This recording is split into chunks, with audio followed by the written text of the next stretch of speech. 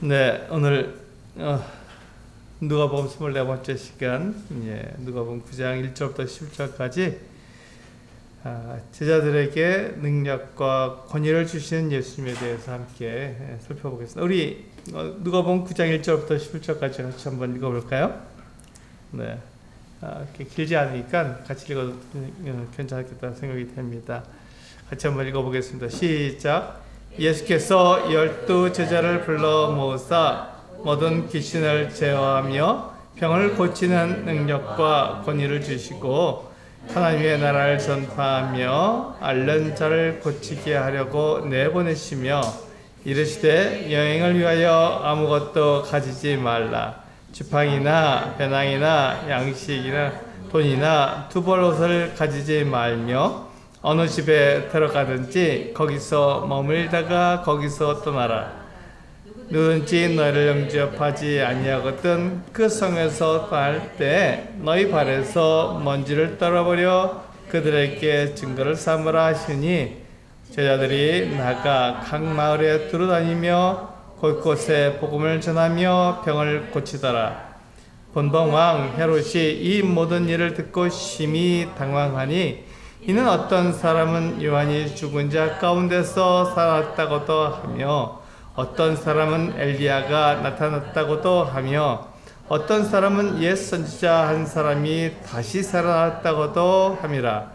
헤롯이 이르되 요한은 내가 목을 베었거늘 이제 이런 일이 들으니 이 사람이 누군가 하며 그를 보고자 하더라. 사도들이 돌아와 자기들이 행한 모든 것을 예수께 여쭈니 데리시고 따로 벳세다라 하는 고을로 떠나가셨으나 무리가 알고 따라왔거늘 예수께서 그들을 영접하사 하나님 나라의 일을 이야기하시며 병 고칠 자들은 고치시더라. 우리가 이 본문을 읽으면서 예수님께서 하신 일이 두 가지라는 것을 우리가 요약해서 볼 수 있습니다.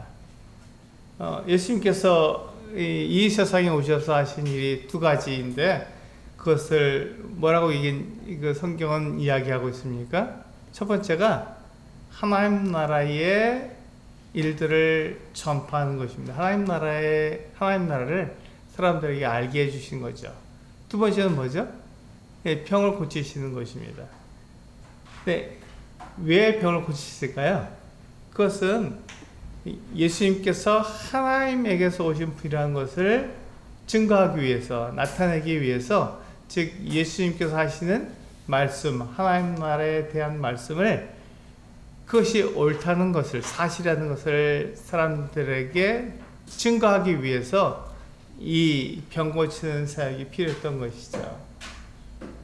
이것이 기적이고 이것이 하나님의 능력이 되기 때문에 이것을 통해서 예수님이 하나님의 아들이라는 것을 나타내 보여주신 것입니다. 그런데 우리 1절에서 보시면 뭐라고 되어 있냐면 예수께서 12 제자를 불러 모으사 모든 귀신을 제어하며 병을 고치는 능력과 권위를 주셨다고 되어 있습니다. 한번 생각해 보세요. 이게 가능한 일인지 예수님께서 그 능력과 권위를 누구에게 주셨다? 제자들에게 주셨다. 우리가 한번 생각해 보시면 어떤 사람이 피아노를 잘 칩니다. 그럼 어떻죠? 아이고, 야, 참 좋다. 저 사람이 저런 능력이 있으니 나도 피아노를 잘 치면 좋겠다 하는 이 부러운 마음을 가지게 됩니다. 근데 우리가 여기에서 한 가지 잊지 말아야 할 것이 무엇이냐면 그 사람이 피아노를 잘 치게 된 것이 그 사람의 어떤 자격이 있어서 그렇게 된 것이 아닙니다. 물론 그 사람이 노력을 했죠. 그러나 어떤 사람은 피아노를 잘 칠 수 있는 것 같은 재능을 주셨고 어떤 사람은 아무리 해도 피아노를 잘 치지 못하는 그 같은 재능을 주셨다는 것입니다. 그걸 볼 때 우리는 우리가 어떤 사람이 피아노를 잘 치는 것을 보면서 그것을 부러워하고 그 사람이 자격이 있어서 그 같은 재능을 가졌다고 생각하기보다는 하나님께서 그 사람에게 재능을 주셨다. 그것은 놀라운 재능을 주셨다라는 것을 우리가 인정해야 합니다. 그렇게 되면 뭐가 달라지죠? 그렇게 되면 뭐가 달라지냐면 그 사람이 그 어떤 자격이 있어서 그 어떤 재능을 가졌다고 생각하게 되면 그 사람에게 그 같은 재능이 놀라운 것이고 내가 부러워하는 것이 되겠지만 하나님이 그에게 그 같은 재능을 주셨다고 생각하면 달라집니다. 그렇다면 하나님께서 분명히 목적을 가지고 어떤 목적이 있으니까 그 사람에게 그 같은 재능을 주셨지라고 생각하게 됩니다. 그렇다면 그 사람은 그 목적을 위해서 그 재능을 사용하고 나는 하나님께서 나에게 주신 목적을 위해서 내가 또 나에게 있는 재능을 사용하도록 되어 있다 이렇게 생각하게 되는 것이죠.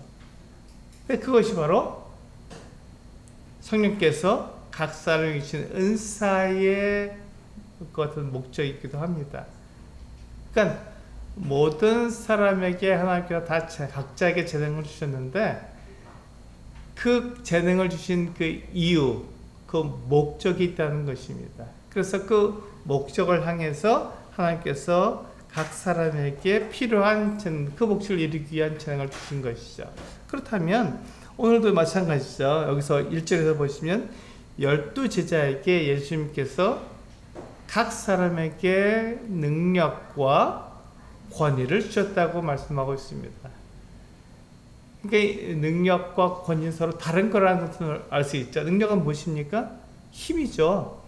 그들이 귀신을 내어쫓고 병든 자들을 낫게 할 수 있는 그 어떤 능력을, 힘을 가지고 있었습니다. 그러니까 그런 일을 할 수 있는 것이죠. 그런데 그 뒤에 보시면 또 그와 같은 권위, 이 권위는 신분입니다. 그러니까 그 신분을 가지고 그 능력을 사용할 수 있다는 것이죠. 이거 그 쉬운 예를 한번 들어볼까요? 경찰의 예를 들어볼 수 있습니다. 어떤 차가 지나갑니다. 그 차를 경찰이 당신 서시오라고 말하면 그 차는 어떻게 됩니까? 운전자가 경찰이 서라 했으니까 서야 됩니다. 경찰에 멈춰라는 이야기를 그 사인을 보고도 그냥 달려갈 차는 없어요. 왜냐하면 경찰이 쫓아오기 때문에 그렇죠. 그것을 보고 그것이 바로 경찰이 가지고 있는 권위입니다. 그런데 어떤 나라에서는 경찰이 아무리 써라도 그냥 가버립니다. 왜 그렇죠? 경찰이 무능하기 때문에 그 사람 잡을 수가 없는 거예요. 도망치는 사람 잡을 수 없기 때문에 그 능력이 없기 때문에 그냥 내빼도 어떻게 할 수가 없는 거죠. 권위가 없는 거고 능력이 없는 것입니다. 우리나라에서는 만약에 경찰에 멈추라는 그 어떤 신호를 무시하고 달렸다가는 어떻게 되죠? 바로 잡힙니다. 도망갈 수가 없어요. CCTV들이 계속해서 그를 비추고 그가 어디에 숨었는지 알아서 결국 그를 찾아내기 때문에 경찰을 피해서 숨어나는 것은 바보 같은 짓이고 그것은 어리석다는 것을 분명히 알기 때문에 경찰의 그 어떤 이 신분, 그 권위를 우리가 존중합니다. 그리고 경찰이 그 같은 일을 할 수 있다고 하는 그 능력도 우리가 인정하는 것이죠. 경찰이 나를 찾아낼 거야. 경찰이 다 뒤져서라도, CCTV를 다 뒤져서라도 내가 경찰의 그 같은 그 권위를 무시하고 달아난 것에 대해서 나에게 합당한 벌을 내릴 거야 라는 것을 우리는 알고 있기 때문에 경찰의 그 같은 멈추라고 하는 그 신호를 우리는 무시하지 않습니다. 그게 바로 이 능력과 권위죠. 똑같습니다. 예수님께서 그 제자들에게 능력도 주셨습니다. 병을 고치고 귀신을 내어줬을 수 있는 능력을 주셨습니다. 그러니까 이 제자들은 가서 그 같은 일을 할 수 있는 거예요. 사람들에게서 정말로 병도 고치고 귀신도 쫓아낼 수 있는 그 같은 힘, 그 같은 능력을 가지고 있었습니다. 근데 두 번째로 그들에게 제자들에게 권위도 주신 거예요. 그래서 그들이 귀신을 명했을 때 귀신이 그 사람에서 나갈 수 있는 그런 권위를 주신 거죠. 그 신분입니다. 놀라운 신분을 그들이 가졌죠. 예수님의 제자라고 하는. 그래서 이 사람들에게 이 같은 신분을 주신 것을 보게 되면 굉장히 놀라운 것이죠. 그런데 우리가 여기에서 알 것은 뭐냐면 그것을 누가 주셨냐면 하나님이 주셨다는 것입니다. 나는 그 같은 것들이 원래는 없었는데 하나님께서 나에게 그걸 주셨다는 것이죠. 우리 디모데전서 6장 말씀을 보시면 이해가 잘 될 거라고 생각이 됩니다. 우리 디모데전서 6장 7절 말씀을 이렇게 보시겠습니다.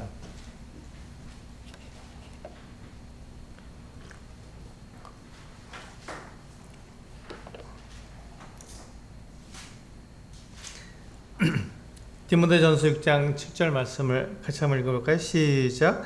우리가 세상에 아무것도 가지고 온 것이 없음에 또한 아무것도 가지고 가지 못하리니. 그렇습니다.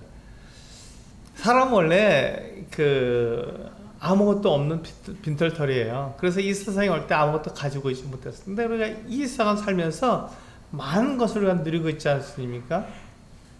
그 많은 것들이 어디서 온 거죠? 네, 하나님께서 우리들에게 각자의 필요에 따라서 주시는 것입니다.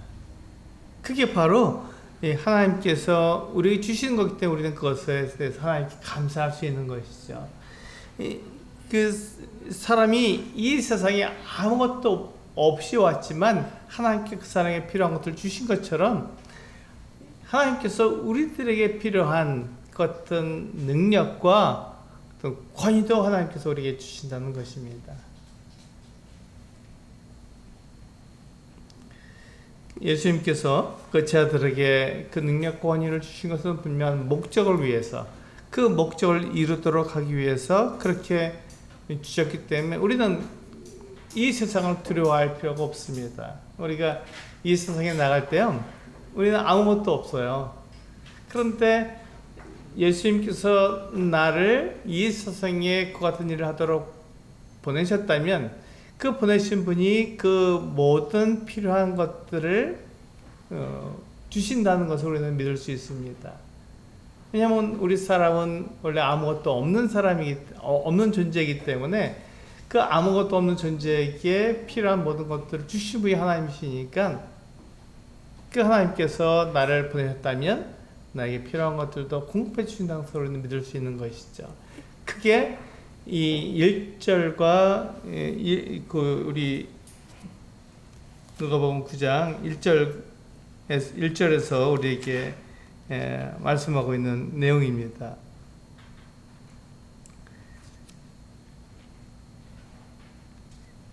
2절에 보시면 이게 그들이 이 제자들이 어떤 일을 하게 되냐면 그 능력과 그 권위를 받아서 어떤 일을 하게 되냐면 하나님 나라를 전파하며 앓는 자를 고치게 하려고 보내십니다. 이게 목적이죠. 제자들을 보내시는 목적입니다.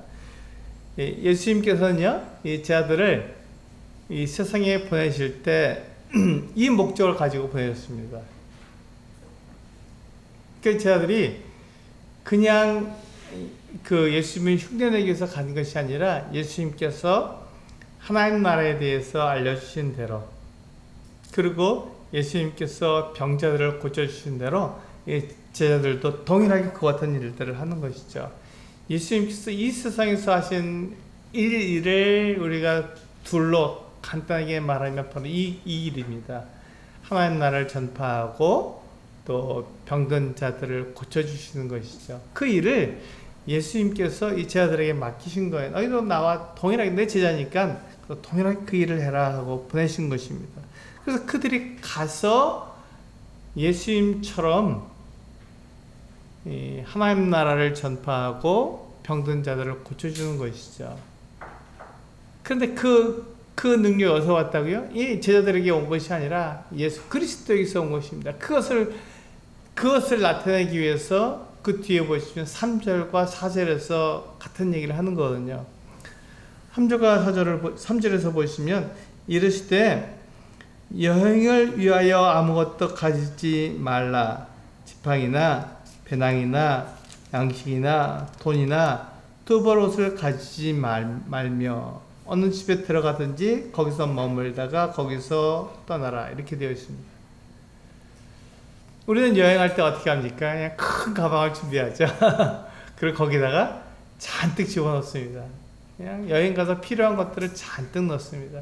혹시 여행을 갔을 때 나에게 부족한 것이 있다면 그 여행이 굉장히 불편하잖아요. 즐겁지 않습니다. 그래서 우리는 혹시 모를 여행을 가서 쓸만한 것들을 큰 가방에다가 그냥 있는 대로 다 집어넣고 그 지퍼를 잠급니다. 그렇게 해야 우리 불안하지 않기 때문에 그렇습니다. 그런데 예수님은 그 제자들에게 여행을 위해서 아무것도 준비하지 말라고 말씀하셨습니다. 지팡이를 준비하지 말라고. 지팡이는요, 우리가 자기를 보호하는 이 보호구예요. 이것이 있어야만 그 사나운 짐승으로부터 나를 보호할 수 있는 거거든요. 근데 지팡이도 준비하지 말고 배낭도 준비하지 말랬습니다. 이게 배낭은 우리가 지금 생각하는 것처럼 이렇게 좋은 그런 어떤 가방이 아니라 이렇게 옆으로 이렇게 매는 그 보따리 같은 거예요. 그 보따리로 가시지 말라고 말씀하셨습니다. 그리고 양식도 가시지 말고요. 돈도 가시지 말고. 더군다나 두 벌 옷도 가시지 말라고 말씀하셨습니다. 그냥 가라는 거예요. 지금 여기에서 너희가 하는 그 모습 그대로 그냥 가라. 이렇게 말씀하신 것입니다. 그들이 그냥 그 모습대로 가게 되면 어떻게 합니까? 가난하죠. 부자들은 어떻게 합니까? 있는 대로 바리바리 싸고 가잖아요. 그런데 이 제자들은 아무것도 가지고 가지 못하기 때문에 어떻게 보면 가난합니다. 어떻게 보면 이렇게 불행하죠. 그 모습을 그대로 가지고 가도록 말씀하셨습니다. 그러니까 제자들은요, 만약에 제자들이 여행을 위해서 준비하고 많은 것들을 가져가게 되면 어떻게 합니까? 네, 하나님을 의지하지 않습니다. 그 여행을 위해서 준비해온 것, 그것을 의지하는 것이죠. 돈을 의지하고 양식을 의지하고 투보로를 가져왔으니까 내가 어디서 갈아입으면 돼, 이렇게 생각하는 것이죠. 이스라엘 백성들이 애굽에서 나와서 가나안으로 들어갈 때 이 광야를 지날 때 한번 생각해 보세요. 그들은 시간이 없었거든요. 그냥 급하게 그 애굽에서 나오게 됐습니다. 그래서 그들이 그 떡 반죽을 했는데 빵을 구우려고 반죽을 했는데 그것이 미처 발효되기 전에 그냥 나올 수밖에 없으니까 어떻게 합니까? 그것을 보따리에 싸갖고 어깨에 짊어지고 그리고 나올 수밖에 없었어요. 그냥 이들이 가지고 나온 것이라고 해봐야 며칠 가겠습니까? 열흘? 네, 길어야 15일? 어떤 사람들은 뭐 그냥 막 술에다 싣고 이렇게 왔으니까 한 달은 버틸 수 있겠죠.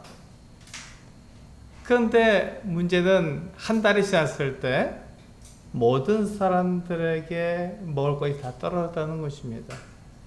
양식이 더 이상 없었던 거예요. 왜냐면 급하게 나왔기, 준비하지 않았기 때문에. 그들이 얼마나 걸릴지 모르기 때문에 그냥 있는 것들 갖고 나왔는데, 갖고 나오다 보니까 그게 어떤 사람은 한 달 정도 먹을 수 있는 분량이 될 수도 있었던 것이죠. 어떤 사람은 좀 일찍 떨어졌고요. 그랬을 때 그들이 어떻게 했습니까? 하나님께 원망했습니다. 나를 이렇게 배고프게 만들다니, 내가 애굽에 있을 때는 한 번도 이렇게 배고파 본 적이 없는데 하나님을 따라 나오는데 왜 내가 이렇게 배고파야 하느냐. 그들이 또한 목말랐습니다. 광야에 나오니까 당연하죠. 먹을 물이 없잖아요. 그러니까 그 하나님께 그들이, 모세와 하나님께 그들이 말했습니다. 불평했던 것이죠. 우리는 배고파 본 적도 없고 목말라 본 적도 없고 애굽에 있을 때는. 그런데 지금은 우리가 목마르고 배고프다. 도대체 너는 뭐 하는 거냐? 하나님이 살아계시다면 정말 이게 가능한 일이냐? 이렇게 얘기했습니다. 그때 하나님께서 어떻게 하시죠? 그 이스라엘 백성들에게 하늘 양식인 만나를 주어서 먹게 하셨습니다. 우리 중에 그 누가 하나님께 주시는 그 양식을 하늘에서 내리는, 매일매일 내리는 그 만나를 먹을 수 있는 그 같은 경험을 가지신 분이 계십니까? 그렇지 않잖아요. 우리 열심히 일을 해야 그냥 겨우 먹고 살잖아요. 그런데 이스라엘 백성들은요, 하늘 양식을 먹고 살았던 것입니다. 그것도 40년씩이나요. 대단하죠. 그리고 그들이 목마를 때 하나님께서 그들에게 물을 주셨습니다. 어떻게 해서 물을 주셨죠? 반석에서 물이 나게 하셔서 그 물을 마시게 하신 것입니다. 그러니까 이스라엘 백성들은 애굽에서 나올 때 아무것도 준비하지 못하고 나왔지만 하나님께서는 그들을 광야 40년 동안 먹이실 수 있는, 마실 수 있는 충분한 것들을 가지고 계신 것, 그것을 공급해 주신 것이죠. 지금 예수님께서 그 제자들에게도 동일하게 말씀하고 있습니다. 내가 너희에게 능력과 권위를 준다. 그러니까 너희는 아무것도 준비하지 말고 그들에게 가서 내가 한 것처럼 하나님 나라에 대해서 그들에게 말해주고, 그리고 그들에게 병을 고쳐줘서 너희가 하나님으로 온 사람들이라는 것을 증거해라, 이렇게 얘기한 것이죠. 그것이 너희에게서 난 것이 아니라 하나님께 주신 것이고, 내가 너희에게 준 능력과 권위다 하는 것들을 사람들로 알게 하라, 이렇게 얘기한 것입니다. 우리 성도님들은 이렇게 하실 수 있을까요? 예수님께서 이렇게 말씀하실 때 아멘, 그리고 이렇게 따라서 예수님께서 하신 말씀을 그대로 하실 수 있을까요? 이게 참 어렵습니다. 참 어려운 거예요. 그러나 예수님은 그 제자들에게 이렇게 말씀하셨어요. 내가 너에게 명령한 대로 그대로 해라, 이렇게 말씀하신 것이죠. 그런데 우리 그 5절에서는요 그렇게 말씀하고 있죠. 5절에서는 누구든지 너희를 영접하지 아니하거든 그 성에서 떠날 때 너희 발에서 먼지를 떨어버려 그들에게 증거를 삼으라, 이렇게 말씀하셨습니다.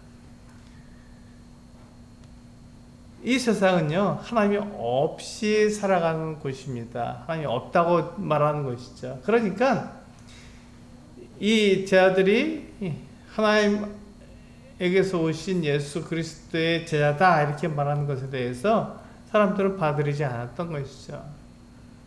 싫어했던 것입니다. 그래서 그들을 영접하지 받아들이지 않는 성도들도 있었던 거예요. 예수님 그걸 아셨습니다. 그들을 받아들이는 성도 있지만 그들을 받아들이지 않는 성도 있을 것이다. 그런데 너희가 그곳에서 나올 때 받아들이자면 나와야 되지 않습니까? 나올 때 어떻게 하라고요? 너희 발에서 먼지를 떨어버려서 어떻게 하라고요? 그것으로 증거를 삼아라, 이렇게 하고 있어요. 이게 중요합니다. 이 증거를 삼는 게 중요한 말이에요.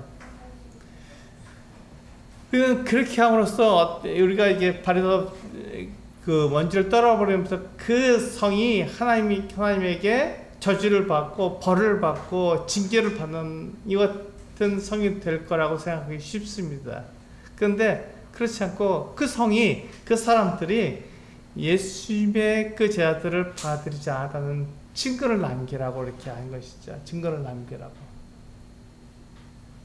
이게 무엇이냐면 그 사람들이 직접적으로 그 성에 있는 사람들을 벌하거나 징계하거나 그들에게 원수를 갚는 것이 아니라, 그들이 그들을 영접하지 않았으니까 그렇게 하는 것이 아니라 그것을 증거로 삼아서 너희들은 예수 그리스도를 영접하지 않았다는 것을 증거로 남겨서 하나님께서 그들에게 합당한 보응을 하시도록 남겨두라는 것입니다. 증거를 남겨두라는 것이죠. 때때로 저도 그렇습니다만 우리가 내가 보복하고 싶잖아요. 그래야지 시원하고 그래야지 내가 살아가는 것처럼 느껴지잖아요. 근데 그렇게 이 성경은 그렇게 하지 말고 그 원수 갚는 것을 하나님께 맡기라고 말씀하고 있습니다. 하나님께서 갚아주시겠다고 말씀하시는 것이죠. 우리 그 뒤에 보시면요, 누가복음 9장에 뒤에 보시면 51절부터 보시면 이런 내용이 있습니다. 네, 51절부터 56절까지 한 단락인데요. 같이 한번 읽어보실까요? 누가복음 9장 51절부터 56절까지 네, 한 단락인데 같이 한번 읽어보겠습니다. 네, 시작. 예수께서 승천하실 기약이 차감해 예루살렘을 향하여 올라가기로 굳게 결심하시고 사자들을 앞서 보내심에 그들이 가서 예수를 위하여 준비하라고 사마리아인의 한 마을에 들어갔더니 예수께서 예루살렘을 향하여 가시기 때문에 그들이 받아들이지 아니하는지라 제자 야고보와 요한이 이를 보고 이르되 주여 우리가 불을 명하여 하늘로부터 내려 저들을 멸하라 하기를 원하시나이까? 예수께서 돌아보시며 꾸짖으시고 함께 다른 마을로 가시니라. 여기 보시면 사람들이 우리를 받으려 나섰을 때 해야 하는 행동을 말씀하고 있습니다. 사람들이 나를 받으려 안다고 해서 그 사람들이 저주를 받고 그 사람들이 하나님 앞에 징계를 받고 벌을 받도록 그렇게 말을 하는 게 아니라 그냥 온유하게 그들이 나를 받으려 나서니 나 거기서 떠나고 다른 마을로 가는 것입니다. 그리고 그들에게 어떻게 해요? 증거를 남겨두는 것이죠. 하나님 이들은 우리를 영접하지 않습니다. 하나님께서 합당하게 해주십시오라고 하나님께 맡겨두는 것입니다. 이 야고보와 요한이 어떻게 했습니까? 하늘에서 불이 내려서 이들을 멸하라. 근데 그렇게 되면 이 야고보와 요한이 굉장히 마음이 시원하겠죠. 그래서 이들이 우레의 아들이라는 별명을 갖지 않았습니까? 우레, 이 천둥이죠. 이 하늘에서 불이 내려서 이들을 멸하시기를 원하십니까? 이런 그 말을 했던 거, 이게 우리와 동일한 마음입니다. 그런데 예수님께서는 그들을 꾸짖으셨습니다. 그렇지 않다. 그렇게 하는 게 아니다. 그리고는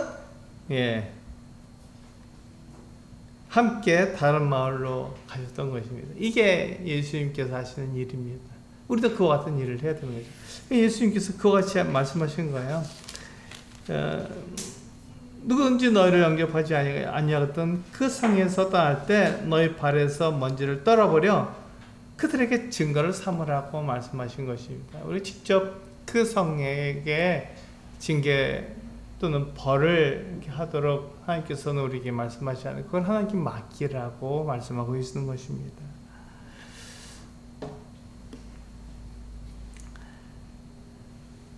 우리가 그 사람들에게 가는 그 이유가 뭐죠? 목적이 뭐죠? 그들을 심판하기 위한 것입니까? 아닙니다. 그들을 벌하기 위함입니까? 그것도 아니죠. 우리는 왜 사람들에게 가야 합니까? 예수님께서 하신 일을 우리가 그대로 본받기 위해서, 그대로 하기 위해서 우리도 보내심을 받았습니다. 그게 어떤 일이냐면 하나님 나라를 사람들에게 전해주고 그들의 병을 고쳐줌으로써 우리가 하나님으로부터 온 사람이라는 것을 증거하는 것이 나타내 주는 것이죠.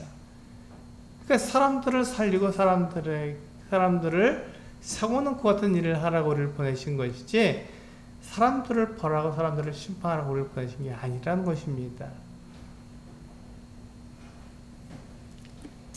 우리 6절을 보시면요, 놀라운 일이 거기에 있죠. 제자들이 나가 각 마을에 두루다니며 곳곳에 복음을 전하며 병을 고치더라. 이 제자들이 예수님이 하신 것과 동일한 일을 한 것입니다. 예수님께 그들에게 명령하신 그대로 행했던 것이죠. 이 제자들이 이와 같은 일을 하게 되면 어떻게 된다고요? 가난하게 될 수도 있고 또 사람들이 무시할 수도 있고 그들을 받으려지 않을 수도 있어요. 예수님께서 그걸 모르시는 것이 아닙니다. 그것을 잘 아시는 것이죠. 그럼에도 불구하고 예수님께서 그렇게 하라 이렇게 말씀하신 거예요. 그 이야기를 들은 이 제자들이 예수님께서 말씀하신 그대로 행했던 것입니다. 나가서 그대로 했습니다. 그래서 사람들에게 그 마을을 다니면서 사람들에게 하나님 나라에 대해서 말해주고 그들이 앓고 있는 병을 고쳐주었던 것이죠. 그것이 제자들이 한 일입니다. 그렇게 했을 때 우리는 그것이 성공하지 못할 것이고 그것이 실패할 거라고 우리는 생각하기 쉽습니다. 그런데 그 일이 어떻게 됐냐면요, 7절에서 보시면 분봉왕 헤롯이 이 모든 일을 듣고 심히 당황하니 이렇게 되어 있습니다. 이 분봉왕이라는 것은 이 대왕이 아닙니다. 그건 헤롯 대왕, 예수님 태어났을 때 당시에 나라를 다스리고 있던 유대 땅을 다스리고 있던 왕은 헤롯 대왕이었습니다. 헤롯 대왕. 그런데 헤롯 대왕이 예수님이 태어나시고 얼마 후에 죽었습니다. 그리고 이 헤롯 왕이 죽으면서 그 아들들에게 유대 땅을 나눠주는데 그게 바로 분봉왕이 된 것이죠. 그래서 이 분봉왕은 왕이 아닙니다. 그리고 한 지역을 다스리는 지도자입니다. 그러니까 우리가 지금 말할 때 영주 정도 되는 그 같은 사람인 것이죠. 왕이 될 수 없었던 것입니다. 그 나라를 찢어서 각 사람들에게 나눠줬으니까요. 그 중에 헤롯 안디바라는 사람이 이 갈리 지역을, 예수님께서 갈릴리에서 사셨고 갈릴리에서 주로 활동하셨기 때문에 이 갈리 지역을 다스리던 그 분봉왕이 헤롯 안디바입니다. 이 헤롯 왕의 아들이죠. 그 헤롯 왕의 아들인 헤롯 안디바, 이 분봉왕 헤롯이 그 이야기를, 그 소문을 들었던 것입니다. 예수님의 제자들이 나가서 각 마을에 다니면서 그것이 예수님께서 하신 그대로 하더라 하는 것을 들었던 것이죠. 이들이 지팡이도 가지지 않고 배낭도 가지지 않고 양식이나 돈이나 두벌도 가지지 않았기 때문에 굉장히 가난하고 없이 사는 것 같은 사람처럼 보였습니다. 그리고 어떤 집에, 각 성에 들어갔을 때요, 그 성에서 나를 받아들이는 그 집에 들어갔죠. 그러면 그보다 더 나은 집으로 옮겨갈 수 있는데 그렇게 하지 말아라. 그냥 그 집에 들어갔으면 그 집에 있다가 그 성을 떠날 때 그 집에서 떠나라, 이렇게 말씀하고 집을 옮기지 말라는 것입니다.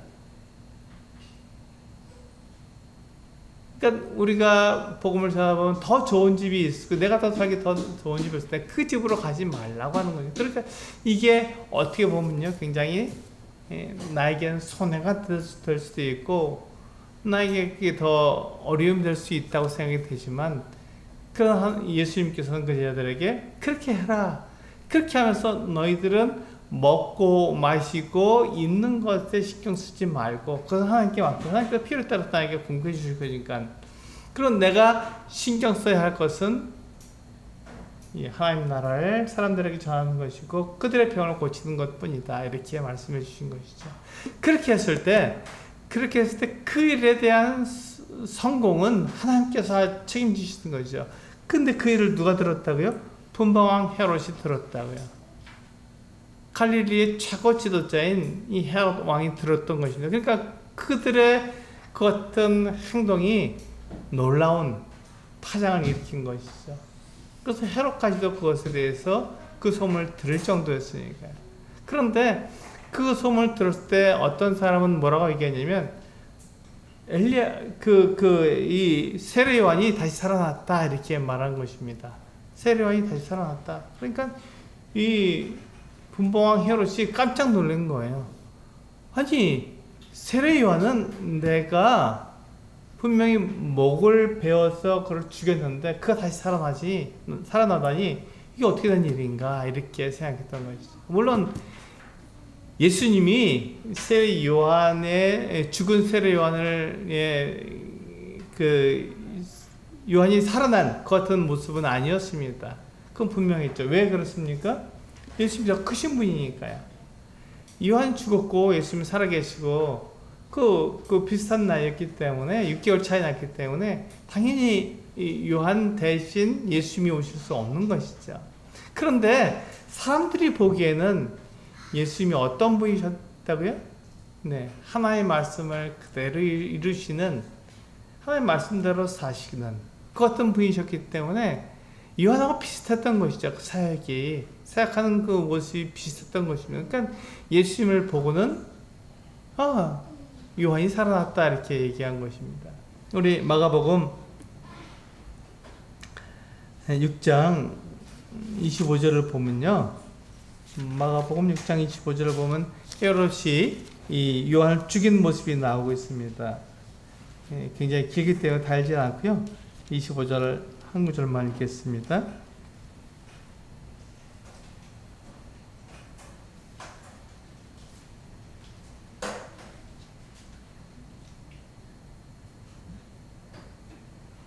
네, 25절입니다. 마가복음 6장 25절 같이 읽겠습니다. 시작. 그가 곧 왕에게 급히 들어가 그에 이르되 세례 요한의 머리를 소반에 얹어 곧 내게 주시기를 원하옵나이다 하니. 이게 지금 헤롯 안디바죠. 헤롯 안디바가 어떤 일을 했냐면, 헤롯 안디바가 그의 동생인 빌립, 헤롯 빌립의 아내인 헤로디아를 자기 아내로 이렇게 맞아들였습니다. 이상하죠? 그 동생의 아내인데 자기 아내로다 이렇게 맞이한 거예요. 그러니까 이것이 율법에 맞지 않잖아요.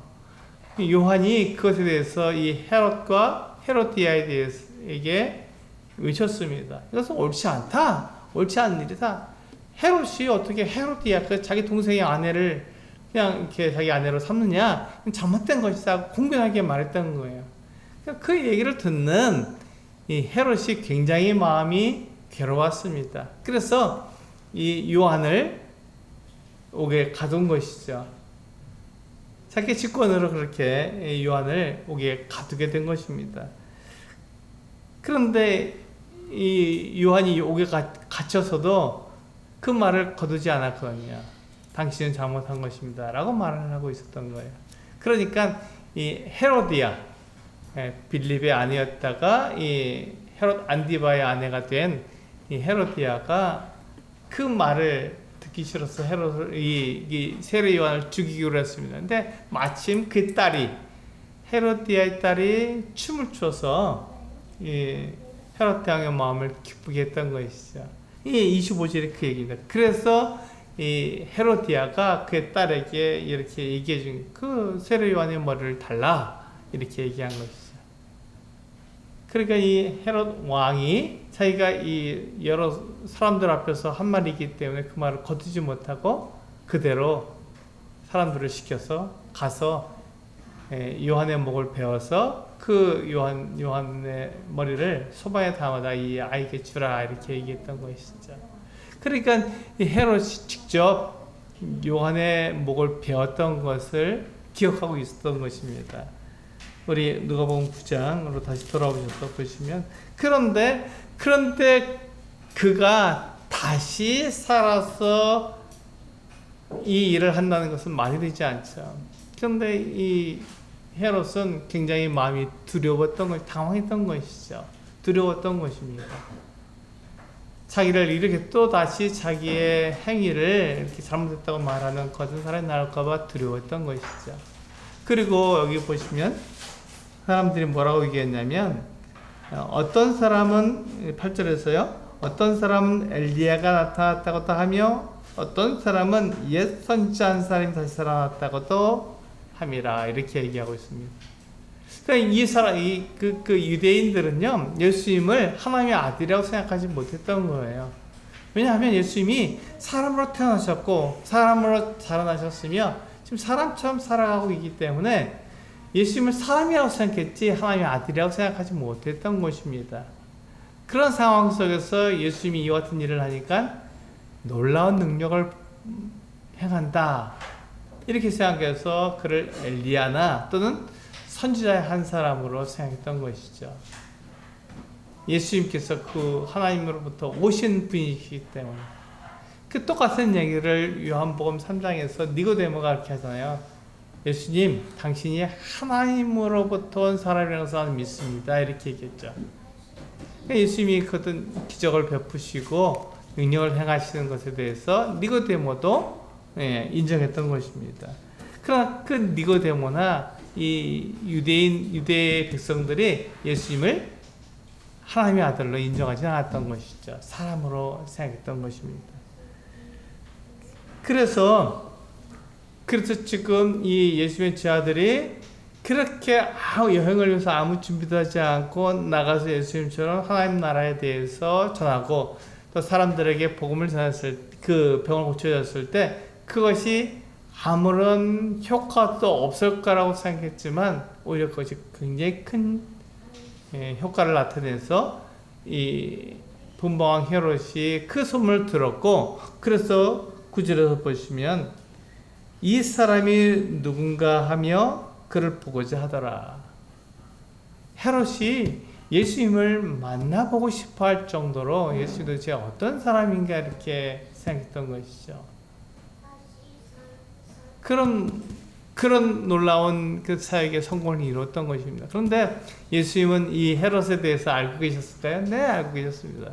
그래서 예수님은 헤롯을 만나실 이유가 없는 거예요. 그가 예수님을 만나고 싶어 했던 것은 예수님을 믿고자 함이 아니라 그냥 단지 호기심 때문에, 도대체 이 예수라는 사람이 누구야? 이렇게 호기심을 가졌기 때문에 예수님을 만나고 싶었던 것이지 예수님을 믿고 싶었던 것이 아닙니다. 그러니까 예수님께서 헤롯을 만나지 않으신 것이죠.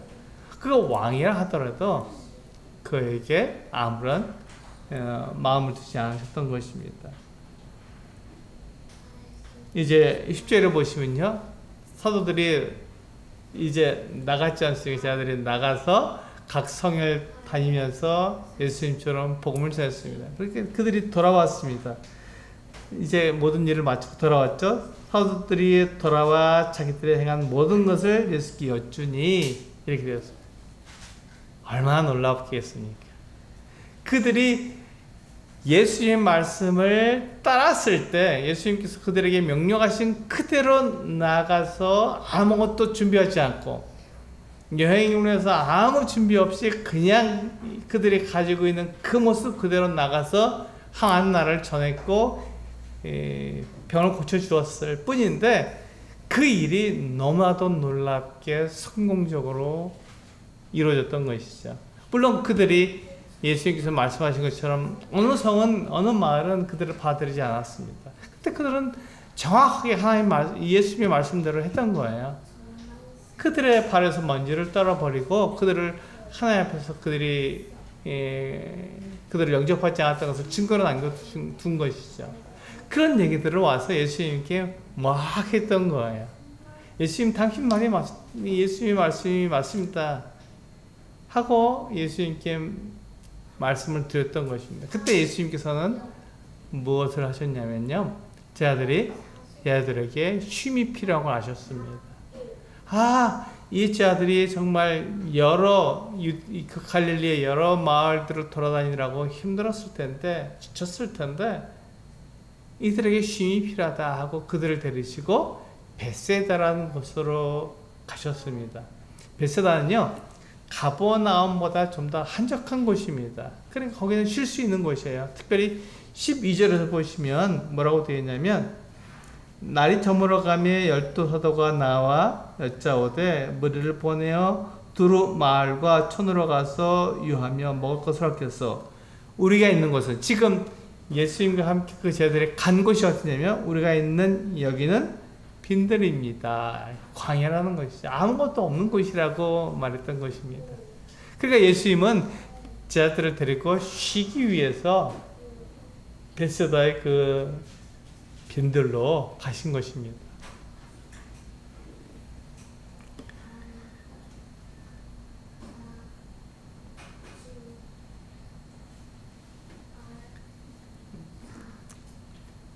이 제자들이 예수님의 말씀을 따랐을 때 그 일이 성공적으로 된 것에 대해서 우리 한번 생각해 볼 필요가 있습니다. 우리는 예수님께서 말씀하신 그대로 따르기를 참 두려워하거든요. 예수님께서 나에게 말씀하신 것이 맞다는 것을 우리는 압니다. 그것이 진리라는 것을 아는 것이죠. 그러나 그것을 그대로 하기에는 너무 더 어렵다는 것을 우리가 아는 거예요. 그래서 우리는 그대로 하려고 하지 않고 내가 할 수 있는 대로 하려고만 합니다. 그렇게 해도 하나님께서 나를 받아주시겠지라고 생각합니다. 그런데 예수님께서 뭐라고 말씀하셨냐면, 예수님의 제자들은 어떻게 했냐면 예수님께서 그들에게 말씀하신 그대로 행했던 것입니다.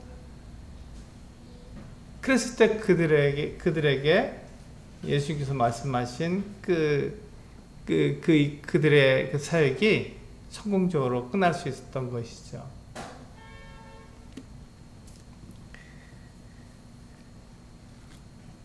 11절에 보시면요, 무리가 알고 따라왔거늘 예수께서 그들을 영접하사 하나님 나라의 일을 이야기하시며 병 고칠 자들은 고치시더라.